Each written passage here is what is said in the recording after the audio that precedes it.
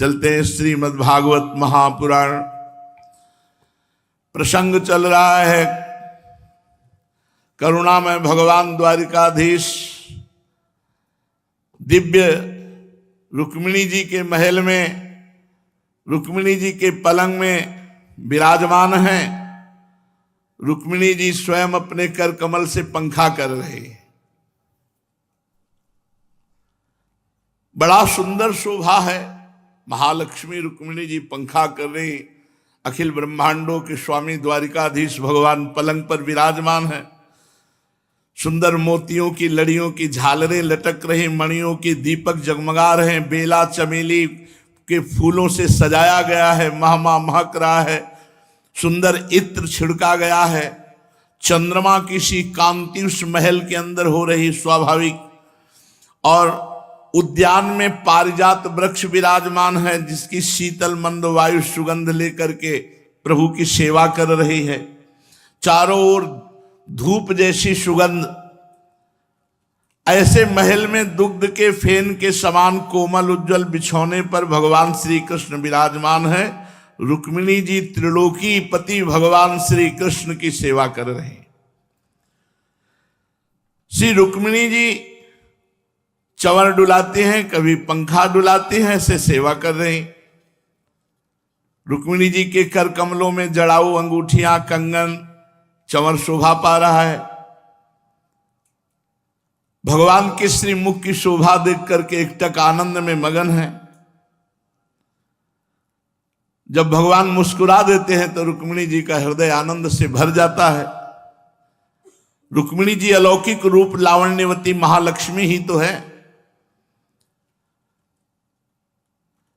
जब भगवान को देखा कि सर्व सच्चिदानंद में लीला मनुष्य रूप धारण करते हैं, तो आप भी शरीर धारण किया रुक्मिणी रूप में। भगवान श्री कृष्ण ने देखा रुक्मिणी जी बहुत आनंदित, पंखा जला तो कहा, राजपुत्री सीता भूपैर लोकपाल विभूति भी महानुभाव श्रीमद भी रूपौर दार्य बलोर जितई। राजकुमारी पुत्र हो चुके हैं प्रद्युम्न जी आदि। भगवान देखो कितनी जोर की मजाक कर रहे हैं रुक्मिणी जी से। कहा, राजकुमारी बड़े बड़े नरपति जिनके पास लोकपालों के समान ऐश्वर्य और संपत्ति है, जो बड़े महानुभाव हैं, श्रीमान हैं, सुंदरता उदारता और बल में भी बहुत आगे बढ़े हुए हैं, वो सब तुमसे विवाह करना चाहते थे। तुम्हारे पिता और भाई भी उन्हीं के साथ तुम्हारा विवाह करना चाहते थे। यहां तक कि वाग्दान भी हो गया था विवाह का। शिशुपाल आदि बड़े बड़े वीरों को, जो कामोन्मत्त होकर तुम्हारे याचक बन रहे थे, तुमने उन सब राजाओं को छोड़ दिया और मेरे जैसे व्यक्ति को, जो किसी प्रकार तुम्हारे समान नहीं है, तुमने अपना पति स्वीकार किया। ऐसा तुमने क्यों किया? सुंदरी, तुमको पता होगा कि हम जरासंध से भयभीत होकर समुद्र की शरण में द्वारिकापुरी बनाई। बड़े बड़े बलवान हमसे वैर रखते हैं, और तुमको यह भी पता होगा कि मैं राज सिंहासन पर नहीं बैठ सकता। महाराज ययाति ने शाप दिया था महाराज यदु को, जब कहा अपनी जवानी दो, तो बोले जवानी का प्रयोग माता के साथ कभी नहीं दे सकता। तो उन्होंने कहा कि मैं तुम्हें शाप देता हूं कि तुम्हारे वंश में राज सिंहासन का अधिकारी नहीं। हम लोग राज सिंहासन के भी अधिकार से वंचित हैं। और सुंदरी, हम किस मार्ग के अनुयायी हैं, हमारा कौन सा मार्ग है, ये लोगों को अच्छी तरह मालूम भी नहीं। और हम लोग लौकिक व्यवहार का ठीक ठीक पालन नहीं करते, और हम स्त्रियों को अनुनय विनय के द्वारा रिझाना भी नहीं जानते। रुक्मिणी जी पंखा झल रही। और देखो, जो स्त्रियां हमारे जैसे पुरुषों का अनुसरण करती हैं, उनको क्लेश ही क्लेश भोगना पड़ता है। सुंदरी, हम तो अकिंचन है, ना हमारे पास कुछ था, ना है, न रहेगा। ऐसे अकिंचन लोगों से प्रेम भी वही करते हैं जो अकिंचन होते हैं। यही कारण है कि जो अपने को सुखी, धनी, मानने वाले लोग हैं वो हमारी सेवा या हमसे प्रेम नहीं करते। तो आपको चाहिए था कि थोड़ा सोच समझ के विवाह की बात करती। अरे जिसके पास धन है, कुल है, ऐश्वर्य है, सौंदर्य है, आय है, समान है, उससे विवाह मित्रता की जाती है। जो अपने से श्रेष्ठ हो या छोटा हो उससे विवाह नहीं करना चाहिए। धन संपत्ति, आय, कुल, इसमें समानता होनी चाहिए। राजकुमारी, हमें लगता है कि तुम जल्दीबाजी में ऐसा कर लिए, अदूरदर्शिता के कारण इन बातों का विचार नहीं किया और बिना जाने बूझे भिक्षुकों से हमारी प्रशंसा सुनकर मुझ गुणहीन को पति रूप में वर्ण कर लिया। रुक्मिणी जी को तो होश उड़ जा रहे कि एक बोल क्या रहे प्रभु। देखो एक बात तुम्हें बताए, अभी कुछ बिगड़ा नहीं, बिगड़ा नहीं। महाराज यार कैसी मजाक करते हो, लड़का बच्चा हो गया, कह रहे कुछ बिगड़ा नहीं, कह रहे अभी कुछ बिगड़ा नहीं है। तुम देखो अपने अनुरूप कोई वर्ण कर लो, हम सहयोग करेंगे आपका। तुम्हारी इस लोक की परलोक की सारी अभिलाषाएं पूर्ण हो जाएंगी, आप केवल वर्ण करो, अब बताओ कौन। और सुंदरी, तुम तो जानती ही हो कि शिशुपाल, साल्व, जरासंध, दंतवक्त आदि बड़े बड़े नरपति, तुम्हारा बड़ा भाई रुक्मी भी हमसे द्वेष करता है। ये सब बड़े बलवान कभी हमारा मंगल कर सकते हैं। तुम कोई दूसरा पुरुष वर्ण कर लो और इस परलोक में सब सहयोग हम करेंगे, सब, अभी कुछ बिगड़ा नहीं आपका। अच्छा तो आप सोच सकती हो कि मैंने अपहरण क्यों किया आपका। मैंने इन दुष्टों का मान मर्दन करने के लिए अपहरण किया, और कोई कारण नहीं था, और कोई कारण नहीं था।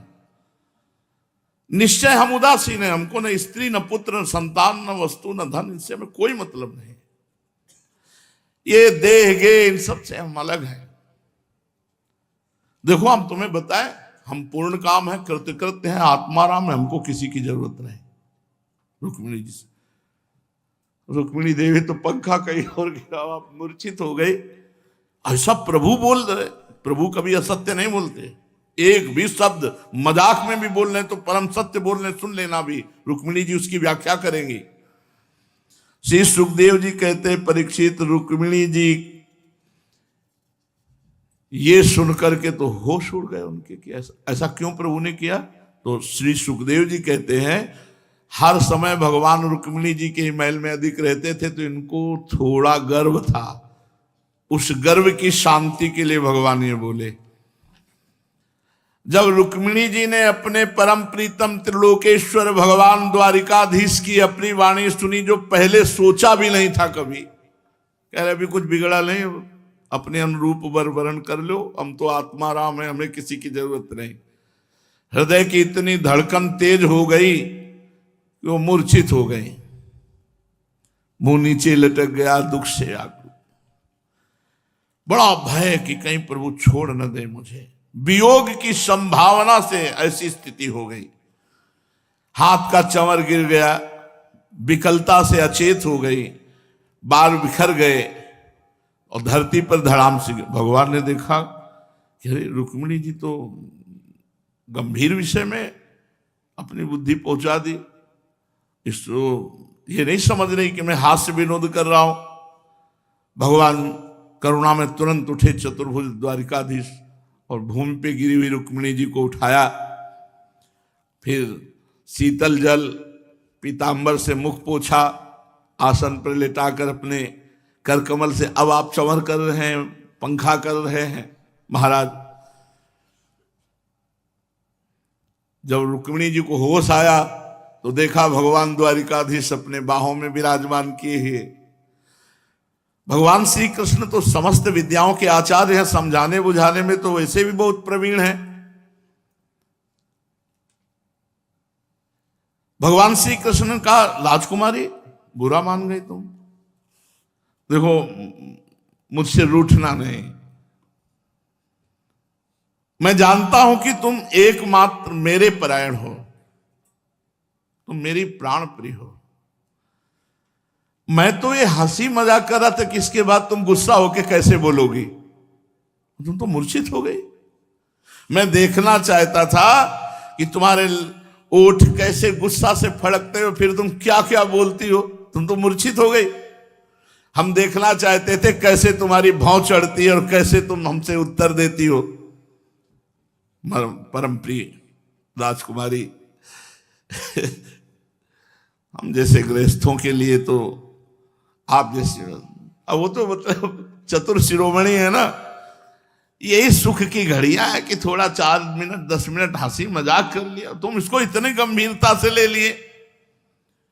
जब भगवान ने कहा मैं मजाक कर रहा था, तब रुक्मिणी जी को चेतना आई कि वो ये परिहास। अब उनके हृदय में ये जो भय भर गया था कि भगवान मुझे छोड़ रहे हैं, ये जाता रहा। अब वो सावधान हुई और भगवान श्री कृष्ण के मुखारविंद को निरखती हुई कहने लगी। अब एक एक शब्द का उत्तर दे रहे रुक्मिणी जी। भगवान परिहास में भी कभी असत्य वार्ता नहीं करते। रुक्मिणी जी ने कहा, कमल नयन, आपका यह कहना ठीक है कि ऐश्वर्य आदि समस्त गुणों से युक्त अनंत भगवान के अनुरूप मैं नहीं हूं। आपने कहा कि मैं आपके अनुरूप पति नहीं हूं, तो ये बात आप बिल्कुल सत्य कह रहे हैं, क्योंकि मैं आपके अनुरूप नहीं हूं। आप कहां समस्त ऐश्वर्य ज्ञान वैराग्य सबसे समुद्र हैं आप, और मैं आपके अनुरूप नहीं हूं। मैं कभी आपकी समानता नहीं कर सकती।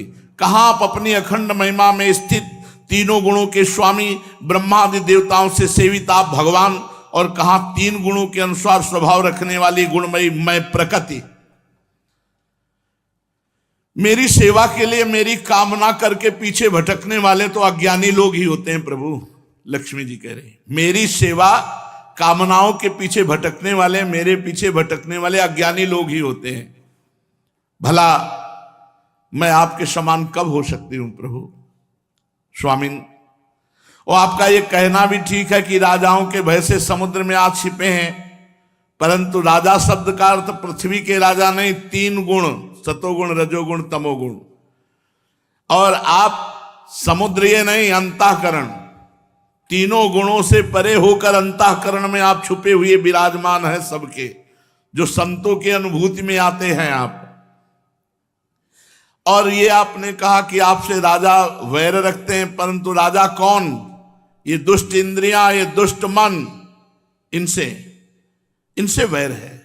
और आप प्रभु कहते हैं राज सिंहासन से रहित हैं, ये भी ठीक है, क्योंकि आपके चरणों की सेवा करने वालों ने भी राजा के पद को घोर अज्ञान अंधकार समझकर दूर से ही छोड़ दिया। फिर आपके लिए कहना क्या है? आप कहते हैं हमारा मार्ग स्पष्ट नहीं, हम लौकिक पुरुषों जैसा आचरण नहीं करते। ये भी निसंदेह सत्य है, क्योंकि जो ऋषि मुनि आपके पाद पद्म मकरंद रस का सेवन करते हैं, उनका मार्ग भी अस्पष्ट रहता है। विषयों में उलझे हुए नर पशु उसका अनुमान भी नहीं लगा सकते कि महात्मा किस मार्ग में चलते हैं। हे अनंत, आपके मार्ग में चलने वाले आपके भक्तों की भी चेष्टाएं जब प्रायः अलौकिक होती हैं, तब समस्त शक्तियों और ऐश्वर्यों के स्वामी आपकी चेष्टाएं अलौकिक हों, इसमें तो कहना ही क्या है।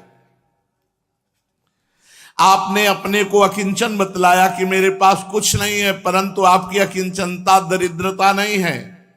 इसका अर्थ यह है कि आपके अतिरिक्त कुछ है ही नहीं, आप ही सब कुछ है। आपके पास रखने के लिए कुछ नहीं है। परंतु जिन ब्रह्मादि देवताओं की पूजा सब लोग करते हैं, भेंट देते हैं, वे लोग भी आपकी पूजा करते हैं। आप उनके प्यारे हैं और वे आपके प्यारे हैं। आपका यह कहना भी सर्वथा उचित है कि धनाढ्य लोग मेरा भजन नहीं करते। तो जो लोग अपनी धनाढ्यता के अभिमान से अंधे हो रहे हैं और इंद्रियों को तृप्त करने में लगे हैं, वे ना तो आपका भजन सेवन करते हो, ना ये जानते हैं कि मृत्यु के रूप में उनके सिर पर आप सवार हैं। पता नहीं किस समय मृत्यु आ जाए, बस उसी धन भोग में लगे हुए हैं। जगत में जीव के लिए जितने भी वांछनीय पदार्थ हैं, धर्म अर्थ काम मोक्ष, उन सब के रूप में आप ही प्रकट हैं। आप समस्त वृत्तियों, प्रवृत्तियों, साधनों, सिद्धियों और साध्यों के फलस्वरूप हैं। विचारशील पुरुष आपको प्राप्त करने के लिए सब कुछ छोड़ देते हैं।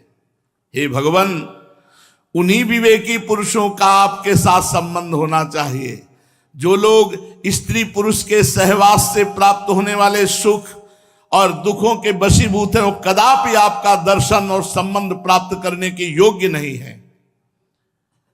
यह ठीक है कि भिक्षुकों ने आपकी प्रशंसा हमें सुनाई, परंतु किन भिक्षुकों ने?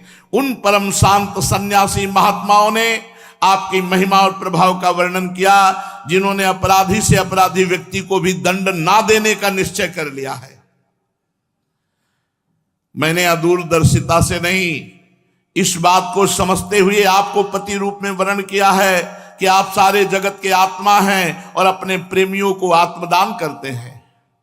मैंने जानबूझकर उन ब्रह्मा और देवराज इंद्र आदि का भी इसलिए परित्याग कर दिया है कि आपकी भौहों के इशारे से पैदा होने वाला काल अपने वेग से उनकी आशा अभिलाषाओं पर पानी फेर देता है।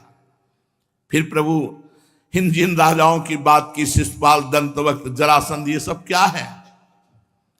आर्यपुत्र, आपकी ये बात किसी प्रकार युक्ति संगत मालूम नहीं होती कि आप राजाओं से भयभीत होकर समुद्र में आ बसे हैं, क्योंकि केवल आपने सारंग धनुष टंकार से मेरे विवाह के समय आए हुए समस्त राजाओं को भगाकर अपने चरणों में समर्पित मुझ दासी को उसी प्रकार हरण कर लिया जैसे सिंह अपनी कर्कश ध्वनि से वन पशुओं को भगाकर अपना भाग ले आवे।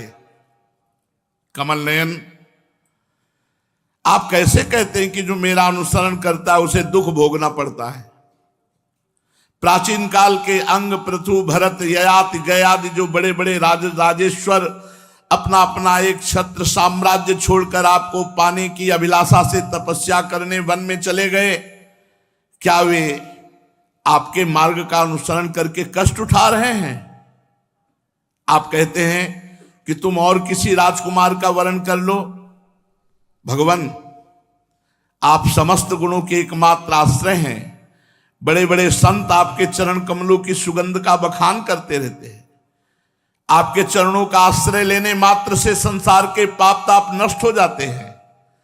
मैं सर्वदा आपके चरणों में ही निवास करती हूं। फिर आप बतलाइए, स्वार्थ या परमार्थ को जानने वाली कौन सी ऐसी स्त्री होगी जो आपको छोड़कर किसी और पुरुष का वर्ण करे? प्रभु, ये जितने पुरुष है सब मृत्यु, रोग, जन्म, जरा आदि भयों से युक्त है। कोई भी बुद्धिमान इनका वर्ण नहीं करेगा। प्रभु, आप सारे जगत के एकमात्र स्वामी हैं। आप ही इस लोक और परलोक में समस्त आशाओं को पूर्ण करने वाले एवं आत्मा हैं। मैंने जानबूझकर समझ करके खूब कि आप अनुरूप वर्ण हैं इसलिए वर्ण किया है। ऐसे नहीं कि भिक्षुक सन्यासियों की बात सुनकर। मुझे अपने कर्मों के अनुसार, देखो बहुत सुंदर बात है, मुझे अपने कर्मों के अनुसार विभिन्न योनियों में भटकना पड़े इसकी मुझे कोई परवाह नहीं, पर मेरी एकमात्र अभिलाषा है कि मैं सदा अपना भजन करने वालों का मिथ्या संसार भ्रम निवृत्त करने वाले, उन्हें अपना स्वरूप दे डालने वाले आपके चरणों की शरण में रहूं, चाहे जहां जन्मूं। हे अच्युत, हे शत्रुसूदन, ये संसारी आदमी गधों के समान घर का बोझा ढोने वाले, बैलों के समान गृहस्थी के व्यापारों में जुटे हुए, श्वान के समान तिरस्कार सहने वाले, बिलाव के समान कृपण हिंसक, क्रीत दासों के समान स्त्री से बिके हुए ये शिशुपाल आदि राजा लोग जिन्हें वर्ण करने के लिए आप मुझे संकेत किया, वो किसी अभागिनी स्त्री के पति होंगे, जिनके कानों में देवाधिदेव महादेव भगवान शंकर, ब्रह्मादि देवेश्वरों की सभा में गाए जाने वाली आपकी लीला कथा ने प्रवेश नहीं किया।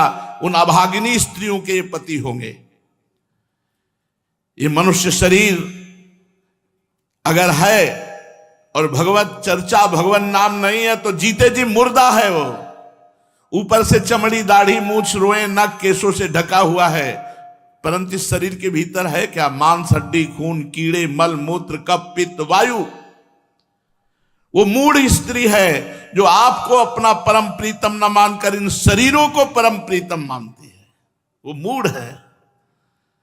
कमल नयन, आप आत्मा राम हैं। मैं सुंदरी अथवा गुणवती हूं, इन बातों पर आपकी दृष्टि नहीं जाती। तो आपका यह कहना कि मैं उदासीन रहता हूं, यह स्वाभाविक सिद्ध है।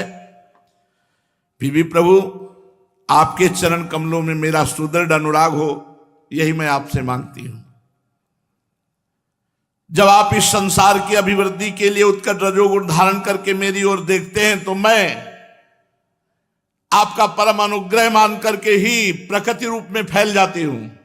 ये वही है, दूसरा नहीं।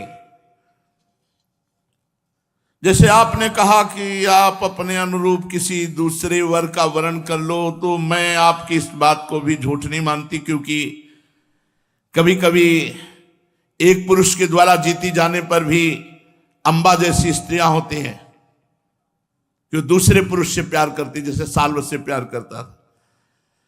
पर प्रभु जो नए नए पुरुषों की ओर अपने चित्त को, प्रभु ये वह भ्रष्ट है, ऐसा नहीं हो सकता। कुछ ऐसी होती होंगी। मैंने तो आपका वर्ण किया है और आपकी ही हूं, और जन्म जन्म यही याचना करती हूं कि मैं आपकी ही रहूं। भगवान श्री कृष्ण का साध्वी राजकुमारी, यही बातें सुनने के लिए तो मैंने तुमसे ये विनोद किया था। तुमने जो व्याख्या की ना मेरे वचनों की, अक्षरशः सत्य है। सुंदरी, तुम मेरी अनन्य प्रेयसी हो, मेरे प्रति तुम्हारा अनन्य प्रेम है। तुम मुझसे जो जो अभिलाषाएं करती हो तुम्हें सदा सर्वदा प्राप्त हैं। और ये बात भी है कि मुझसे की हुई अभिलाषाएं, ये बहुत खास बात समझो। भगवान से अगर सांसारिक वस्तुएं भी मांगोगे तो फंसोगे नहीं। मुझसे की हुई अभिलाषाएं सांसारिक कामनाओं के समान बंधन में डालने वाली नहीं होती, बल्कि वो कामनाएं मुक्त कर देती है। अगर हम भगवान से चाहेंगे तो भगवान वस्तु भी देंगे और मोक्ष भी देंगे, वो हमें बांधने वाली नहीं हो सकती। पुण्यमयी प्रिय, मैंने तुम्हारा पति प्रेम पातिव्रत देखने के लिए उल्टी सीधी बातें करी थी, तुम्हें बहुत विचलित करना चाहा। भगवान कह रहे हैं, मैंने तुम्हारा पति प्रेम देखने के लिए भली भांति उल्टी सीधी बातें कही, तुम्हें विचलित करना चाहा, लेकिन धन्य हो तुम, तुम्हारी बुद्धि तनिक भी मेरे से इधर उधर नहीं हुई। प्रिय, मैं मोक्ष का स्वामी हूं, संसार सागर से मैं ही पार कर सकता हूं। जो सकाम पुरुष अनेक प्रकार के व्रत और तपस्या करके दाम्पत्य जीवन के विशेष सुख की अभिलाषा से मेरा भजन करते हैं, ये माया ने मोहित कर लिया है। माननीय प्रिय, मैं मोक्ष का स्वामी हूं, संपूर्ण संपदाओं का दाता हूं, मैं त्रिभुवन का अधीश्वर हूं। मुझे योगी परमात्मा कहते हैं, ज्ञानी ब्रह्म कहते हैं, भक्त भगवान कहते हैं। जो लोग समझ नहीं पाए वो मेरे से विषय सुख मांगते हैं, मेरे से पराभक्ति नहीं चाहते, वे बड़े मंदभागी हैं, क्योंकि विषय सुख तो हर योनियों में मिल जाते हैं, सूकर कुकर को भी मिल जाते हैं, परंतु उन लोगों का मन तो विषयों में ही लगा रहता है, इसलिए उन्हें नरक जाना अच्छा जान पड़ता है। प्राण प्रिय, ये बड़े आनंद की बात है कि तुम्हारे मन में मेरे सिवा तनिक भी किसी के प्रति चंचलता नहीं आई। मैं संसार बंधन से मुक्त करने वाला, और मेरी सेवा और इतना विचलित करना चाह, लेकिन तुम्हारा मन केवल मेरे में। दुष्ट पुरुष कभी ऐसा नहीं कर सकते, दुष्ट चित्त कभी ऐसा नहीं कर सकता। जिन स्त्रियों का चित्त दूषित है, कामनाओं से भरा है, उन्हीं में छल छद मादी रहता है, सरलता नहीं रहती। माननी, मुझे अपने प्राणों के समान प्रिय आप ही दिखाई देती हो, क्योंकि जिस समय तुमने मुझे देखा भी नहीं था, केवल मेरी प्रशंसा सुनी थी, उसी समय तुमने मेरे लिए अपना समर्पण कर दिया, सबकी उपेक्षा करके गुप्त संदेश भिजवाया। तुम्हारा हरण करते समय तुम्हारे भाई को युद्ध में जीता, उसे विरूप कर दिया। और अनिरुद्ध के विवाह में तो चौसर खेलते समय बलराम जी ने रुक्मी को तो मार ही डाला, किंतु हमसे वियोग ना हो जाए इसलिए तुम सब कुछ सहती रही। तुमने मेरी प्राप्ति के लिए जो दूत भेजा था वो जब विलंब से पहुंचा तो उस समय तुम्हारा जीवन कैसा कि आप शरीर छोड़ देती। वो प्रेम भाव मुझे याद है, मैं तुम्हारे प्रेम का बदला नहीं चुका सकता, सर्वोच्च प्रेम भाव का मैं केवल वंदना करता हूं। परीक्षित जगदीश्वर भगवान श्री कृष्ण आत्माराम हैं, मनुष्य की सी लीला करते हुए और श्री रुक्मिणी जी से ऐसी वार्ता की। प्रत्येक 16,108 8 पट रानियां, 16,100 रानियां, 10-10 पुत्र उत्पन्न किए भगवान ने, 10 पुत्र। अब आप ये सकल सृष्टि उन्हीं के संकल्प के, तो 10 पुत्र कोई बड़ी बात है? हम सब उन्हीं के तो प्रकट किए हुए हैं। संकल्प मात्र से अनंत ब्रह्मांडों का सृजन, और सब भगवान के समान बलशाली, ऐसे पुत्र प्रकट किए।